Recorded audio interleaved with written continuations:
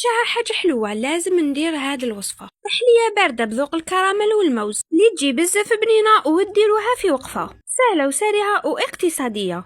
اللي على بالي بلي كامل جربتو، فما عليا غير نقول لكم ديروا حفظ لا فيديو راح تحتاجوه. وروح العادة المقادير نخليهم لكم كامل مكتوبين تحت لا فيديو، ونروحوا مباشرة لكيفية التحضير.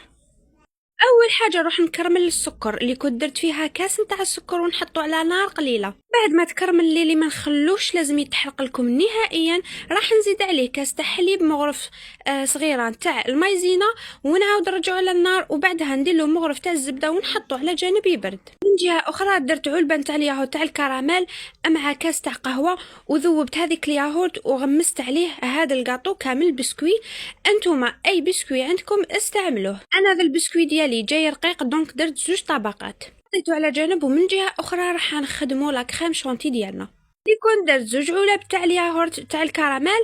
بنفس العلب درت 2 علب تاع كريم شونتي و2 علب نتاع الماء اللي لازم يكون بارد. وهنا نطلعوا بالباتور. انا حسيتها شويه خفيفه، زدت لها علبه تاع كريم شونتي. كاين اللي يحبها خفيفه وكاين اللي يحبها ثقيله. المهم جربوها على طريقتي وراح تعجبكم بزاف. وهنا بعد ما تقالت معايا الكريم شونتي راح نجيب هذيك الصينيه ديالي اللي درت فيها البسكوي، راح نحط عليها كطبقه اولى تاع كريم شونتي، راح نزيد كطبقه ثانيه تاع البسكويت. دونك نحطو كامل على جانب كما شفتوا، ونزيد فوقو لا كريم شونتي كطبقه اخيره. بعد ما سويت كامل لا كريم شونتي وراح تجيكم كميه يعني سوا. دونك جبت حبه بنان، انا حبه بنان كفاتني، نتوما على حسب السنيوه تاعكم تقدروا ديروا حتى 1.5 ولا 2 حبات.